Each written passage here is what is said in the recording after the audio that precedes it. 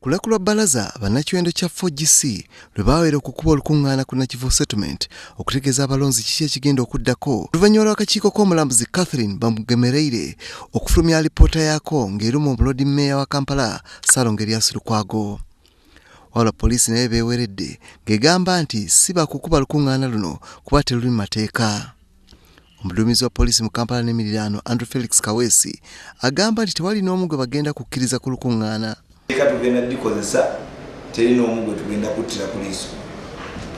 Ebibiina byonna bye bategese nti bigenda kuteekawo embeera eyeraliikiriza ebyo baloota buloosi.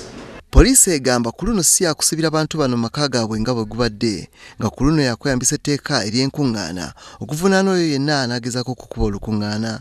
Kubanga tubadde tubakwala ne tubasiibya ku poliisi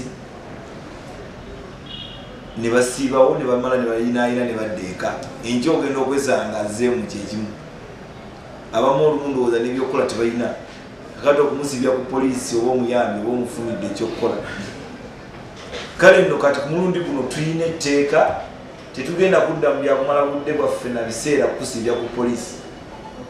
Ojja kukuvunaana ogende mu mbuga z'amateeka. Era alabudde nga bwe batagenda kuttira muntu yenna ku liiso ng'agenda kutandika n'okukwata abo bonna bwe bateebereza okubeera emabega okutabangula ekibuga okuva leero. Tumaze otumanyi ani yeenyigidde mu kino, anaakola ki era akikolera wa, era tugenda kutandika okukwata okutandika n'olwaleero. N'emikutu gy'amawulire eginakyaza abantu bano girabuddwa nga poliisi egamba nayo baakulumbayo singa beenyigira mu bikolwa eby'okusasamaza abantu.